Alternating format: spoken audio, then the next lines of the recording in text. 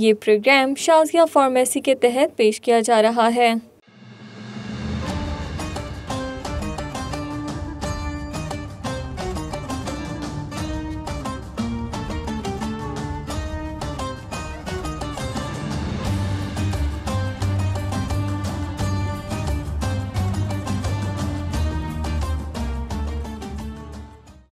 نحمدہ ونصلی وسلم علی رسولہ النبی الامین الکریم الرؤوف الرحیم،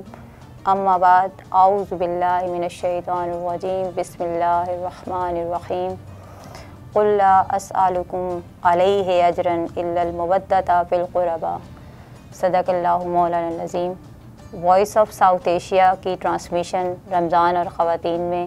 فوزیہ جنید ایک بار پھر حاضر خدمت ہے۔ اللہ رب العزت کا فضل، اس کا احسان کہ اس ماہ مبارک کو اللہ رب العزت نے ہمیں عطا کیا اور اس کے فیوز و برکات سمیٹنے کی توفیق عطا فرمائی، لیکن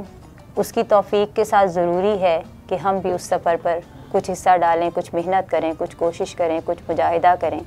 کیونکہ اس سفر کی منزل تقویٰ ہے اور تقویٰ کا حصول بغیر محنت کے ممکن نہیں۔ اور اسی تقویٰ کے سفر میں اللہ رب العزت نے کچھ ہستیاں ایسی عطا کی ہیں جن کا ذکر سورہ فاتحہ میں بھی ہوا ہے، اور وہ انعام یافتہ بندگان ہیں اللہ رب العزت۔ اسی تناظر میں آج حضرت امام حسن علیہ السلام کی یوم ولادت 15 رمضان مبارک کے سلسلے میں آج ہمارا موضوع بھی حضرت امام حسن علیہ السلام کی شخصیت پر ہے۔ سب سے پہلے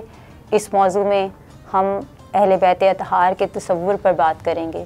اس خانوادے کی بات کریں گے جس کی نسبت سرکار دو عالم صلی اللہ علیہ وسلم کی ذات بابرکت سے ہے، پھر ان کی جگر گوشے سیدہ کائنات فاطمہ سلام اللہ علیہا کی ذات سے ہے، علی کرم اللہ وجہہ سے ہے، اور پھر یہ گھرانہ سرخیل ہے جنت کے سرداروں کا، حضرت امام حسن اور حضرت امام حسین علیہ السلام۔ اہل بیت اطہار کی محبت کیا ہے، اس کی اہمیت ہماری زندگی میں کیا ہے، ہمارے ایمان میں اس کا مرتبہ اور مقام کیا ہے، یہ سب سمجھنے کی باتیں ہیں اور ان بارگاہوں سے فیض لینے کی باتیں ہیں۔ اللہ رب العزت کلام پاک سورہ شورى میں 23 نمبر آیت مبارکہ میں فرماتا ہے، فرما دیجئے میں اس تبلیغ رسالت پر تم سے کوئی اجرت نہیں مانگتا مگر میری قرابت اور اللہ کی قربت سے محبت چاہتا ہوں۔ دوسری آیت مبارکہ سورہ آل عمران کی 61 نمبر آیت مبارکہ میں، یہ آیت مبارکہ صورت جو مباہلہ کا واقعہ ہوا تھا اس سے متعلق ہے، جب عیسائیوں کا ایک پادریوں کا وفد 60 پادریوں کا وفد جو ہے نجران سے آیا اور انہوں نے چیلنج کیا حضرت عیسیٰ علیہ السلام کی شان اور سرکار دو عالم صلی اللہ علیہ وسلم کی شان کے حوالے سے۔ اس موقع پر سرکار دو عالم صلی اللہ علیہ وسلم نے اس چیلنج کو قبول کیا اور مباہلے کی دعوت دی۔ اسی تناظر میں اس آیت مبارکہ میں اللہ رب العزت نے ان کی اہل بیت کی شان بیان فرمائی ہے، پس آپ کے پاس علم آ جانے کے بعد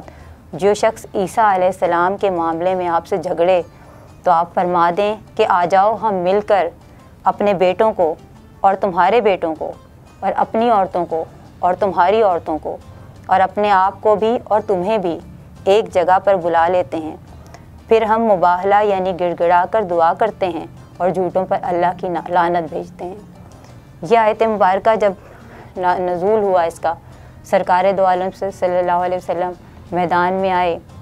اور حضرت امام حسن علیہ السلام، حضرت امام حسین علیہ السلام تشریف لائے اور ان کو اپنی چادر میں چھپا لیا، سیدہ کائنات کو چھپایا اور پھر حضرت علی کرم اللہ وجہہ کو اپنی پیٹھ پر چھپایا۔ یہ جو واقعہ تھا اس میں سرکار دو عالم صلی اللہ علیہ وسلم نے یہ واضح کر دیا کہ اگر بیٹوں کی بات ہو رہی ہے، ابناءنا بیٹے حسن و حسین، یعنی بیٹوں کی بات ہو رہی ہے تو حضرت امام حسن و حسین کو اپنے ساتھ لیتے ہیں، ونساءنا عورتیں بحث بیان ہوتی ہیں تو حضرت سیدہ کائنات حضرت فاطمہ الزہرا سلام اللہ علیہا کو لیتے ہیں، اور انفسنا کی بات آتی ہے، اپنی جان کی بات آتی ہے تو حضرت علی کرم اللہ وجہہ کو اپنے ساتھ کھڑا کرتے ہیں۔ یہ وہ گھرانہ ہے جو سرکار دو عالم صلی اللہ علیہ وسلم نے ڈیفائن کیا ہے، جو انہوں نے بتایا ہے کہ یہ میرا گھرانہ ہے، اس لیے ہی یہ اہل بیت اطہار ہیں، یہ پنجتن پاک ہیں جن کی نسبتیں سرکار دو عالم صلی اللہ علیہ وسلم کی بارگاہ سے یہ ملی ہمیں۔ جب عیسائیوں کے اس وفد نے نجران سے جو آیا تھا یہ حال دیکھا ان مقدس پاکیزہ ہستیوں، ان کی شان کو دیکھا تو وہ خوف زدہ ہو گئے اور جو ہے مباہلے کا چیلنج انہوں نے واپس لے لیا اور پلٹ گئے۔ ان ہستیوں کی شان قرآن پاک میں سورہ آیت تطہیر میں بھی نازل ہوئی، پھر احادیث میں کثرت کے ساتھ جگہ جگہ بیان ہوئی۔ حضرت امام احمد بن حنبل جلد 5 صفحہ نمبر 51 پر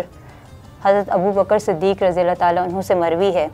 ایک طویل حدیث مبارکہ ہے۔ کئی بار ایسا ہوتا کہ حضرت امام حسن علیہ السلام جب بہت چھوٹے تھے، سرکار دو عالم صلی اللہ علیہ وسلم نماز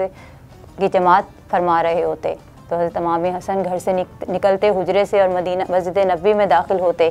اور اپنے نانا کی پشت مبارک پر سوار ہو جاتے۔ سرکار دو عالم صلی اللہ علیہ وسلم انہیں سوار رکھتے اور آہستگی سے احتیاط سے سجدہ طویل کر دیتے اور جب اٹھتے تو اپنے ہاتھ سے انہیں شفقت سے اتار دیتے۔ یہ نماز میں عمل اکثر جاری رہتا۔ صحابہ اکرام رضوان اللہ علیہ جب یہ منظر دیکھا انہوں نے حضرت امام حسن علیہ السلام کے حوالے سے تو سرکار کی بارگاہ میں عرض کی کہ یہ ایسا ماجرا ہم نے اس سے پہلے نہیں دیکھا کسی بچے کے معاملے میں۔ تو سرکار دو عالم صلی اللہ علیہ وسلم نے فرمایا، تمہیں معلوم ہے کہ دنیا میں یہ میرا پھول ہے، یہ میرا بیٹا سید ہے اور اس کے ہاتھوں امت کے 2 گروہوں کے درمیان صلح کروائی جائے گی۔ اسی طرح صحیح بخاری کتاب الصلاح میں جلد 2 صفحہ 962 میں ذکر ہے، منبر رسول پر سرکار دو عالم صلی اللہ علیہ وسلم تشریف فرما ہیں اور بار بار پلٹ کر فرما رہے ہیں کہ میرا یہ بیٹا سردار ہے، میرا یہ بیٹا سردار ہے۔ یہ حدیث مبارکہ کے الفاظ ہیں۔ حضرت علی کرم اللہ وجہہ کی دور خلافت میں آپ سب جانتے ہیں تاریخ اسلام کی کہ ایک طرف خلافت تھی اور دوسری طرف بادشاہت تھی۔ اس تصور میں ایک جنگ کی کیفیت امت بٹی ہوئی تھی۔ حضرت امام حسین کے پاس جب خلافت آئی، چونکہ صلح جو طبیعت تھی، نرمی تھی، شفقت تھی، امت کے لیے فکر مندی تھی، اس فکر مندی نے انہیں اس بات پر مجبور کر دیا کہ وہ اپنی اس حق خلافت سے دستبردار ہو جائیں، اور کچھ شرائط کے ساتھ وہ حق خلافت سے دستبردار ہو گئے، امت کو مجتمع کر دیا۔ اسی لیے سرکار دو عالم صلی اللہ علیہ وسلم نے اس طرف اشارہ فرمایا۔ برہ بن عازب رضی اللہ تعالیٰ عنہ سے مروی ہے، حسن بن علی آقا دو جہاں صلی اللہ علیہ وسلم سے سب سے زیادہ مشابہت رکھتے تھے اپنے حسن و جمال میں، اپنی شخصیت میں، اپنے چہرے مبارک میں، اور اس لیے سرکار دو عالم صلی اللہ علیہ وسلم کے وصال کے بعد اگر صحابہ کو یہ خواہش اور طلب ہوتی کہ وہ سرکار کا دیدار کریں تو حضرت امام حسن اور حضرت امام حسین کی زیارت کیا کرتے۔ متفق علیہ حدیث مبارکہ ہے برہ بن عازب سے، سرکار دو عالم صلی اللہ علیہ وسلم نے حسن بن علی کو اپنے کندھوں پر سوار کر رکھا تھا اور فرما رہے تھے، اے اللہ میں اس سے محبت کرتا ہوں، تو بھی اس سے محبت کر۔ حضرت حسن بن علی سے زیادہ میں نے اب جیسے ذکر کیا حضور کے مشابہ کوئی نہ تھا اور محبوب کوئی نہ تھا، کیونکہ یہ وہ ہستی ہیں، حضرت امام حسین کی وہ ہستی ہے کہ جن کو اللہ رب العزت نے اپنے محبوب کی نسل پاک کا حصہ عطا فرمایا، اور اسی سے نسل پاک آگے آج تک اور قیامت تک جاری رہے گی۔ اسی لیے سرکار دو عالم صلی اللہ علیہ وسلم متواتر احادیث میں یہ بیان کرتے رہے ہیں، بیان فرمایا کہ عورت کی جو نسل ہے اس کے شوہر سے جاری ہوتی ہے، لیکن فاطمہ وہ اور خاتون مبارکہ ہیں کہ جن کی نسل میری طرف منسوب ہے، یعنی وہ آل رسول ہیں۔ صحیح مسلم کتاب الفضائل میں ہے، حضرت زید بن ارقم سے روایت ہے، مکہ اور مدینہ کے درمیان ایک مقام پر سرکار دو عالم صلی اللہ علیہ وسلم منبر پر کھڑے ہیں، سب صحابہ سے خطاب فرما رہے ہیں اور فرما رہے ہیں، میں تم میں 2 بھاری چیزیں چھوڑے جا رہا ہوں۔ پہلی چیز اللہ کی کتاب قرآن مجید اور دوسری چیز اہل بیت اطہار۔ قرآن سے اخذ فیض کی بات جب سرکار دو عالم صلی اللہ علیہ وسلم نے اس حدیث مبارکہ میں فرمائی اور صحابہ سے کہا تو صرف ایک دفعہ اس کا ذکر کیا، جبکہ اہل بیت اطہار کے حوالے سے سرکار دو عالم صلی اللہ علیہ وسلم نے 3 بار دہرایا کہ اے لوگو اہل بیت کے معاملے میں تمہیں اللہ کا خوف دلاتا ہوں، اے لوگو اہل بیت کے معاملے میں میں تمہیں اللہ کا خوف دلاتا ہوں۔ یہ 3 بار سرکار دو عالم صلی اللہ علیہ وسلم نے دہرایا۔ اس قدر تاکید کی وجہ عقائد کا وہ بگاڑ ہے جو آج ہم معاشرے میں دیکھ رہے ہیں، فتنہ خارجیت اور فتنہ ناسبیت ہے۔ نگاہ نبوت دیکھ رہی تھی، یوم جزا یوم آخرت امت کے اعمال کا حساب نہیں ہوگا، کیلکولیشن نہیں ہوگی،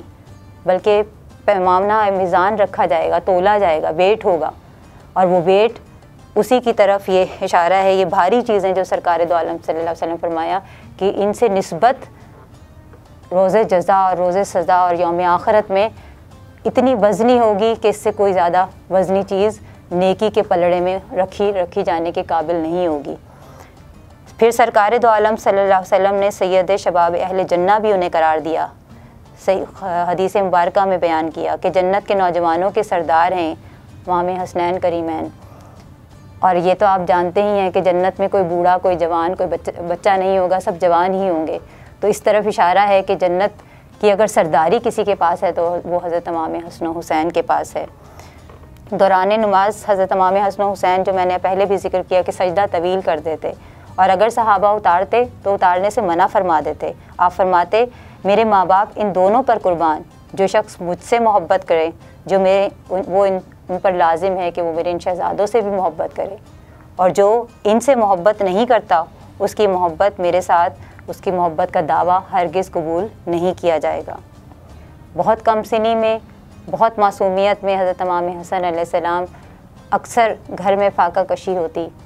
کئی دن گھر میں کچھ کھانے کو نہ ہوتا، لیکن اس خانوادہ رسول کی زبان پر کبھی شکوہ نہ آیا.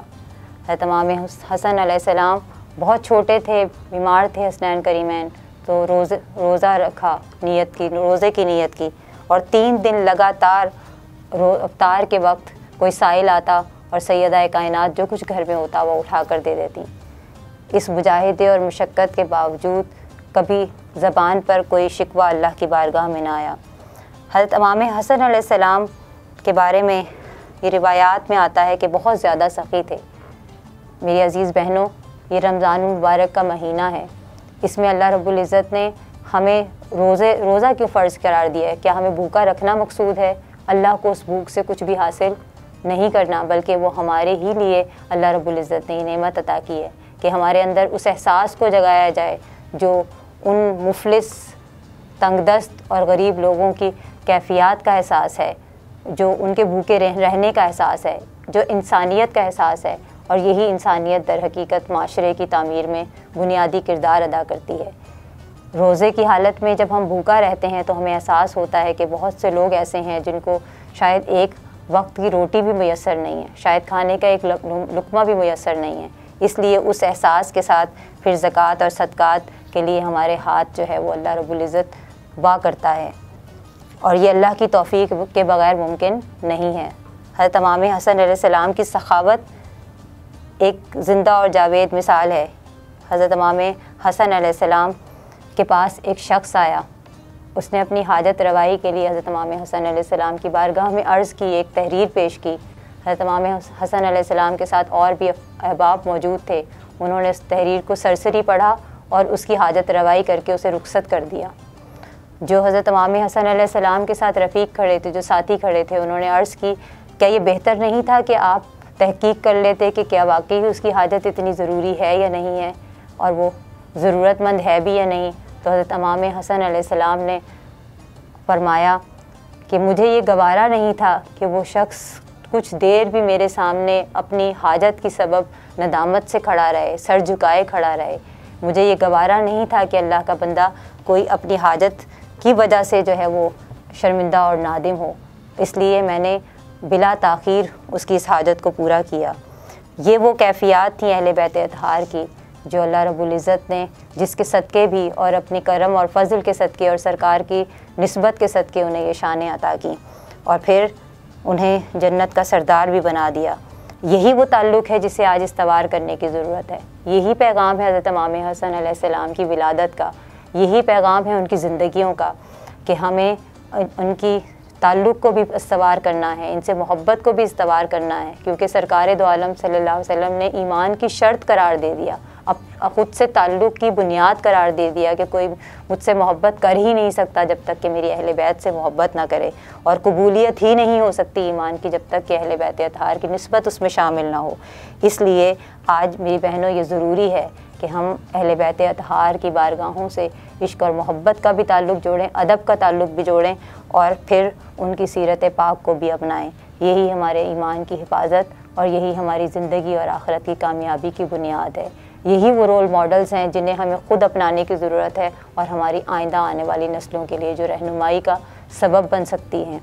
تو میری بہنوں، یہی آپ سے آخری پیغام آج 15 رمضان مبارک کے موقع پر میں آپ کے سامنے رکھتی ہوں، اور دعا گو ہوں اللہ کی بارگاہ میں کہ اللہ رب العزت ہمیں اہل بیت اطہار کی نسبتوں کے صدقے ہماری دنیا بھی خیر فرمائے اور ہماری آخرت بھی، اور جب میزان لگے تو ان نسبتوں کی صدقے اور اس بھاری نسبت کے سبب اللہ رب العزت ہماری نیکیوں کا پلڑا بھی بھاری فرمائے۔ اللہ رب العزت ہمارے حال پر لطف و کرم فرمائے۔ وما علینا الا البلاغ المبین۔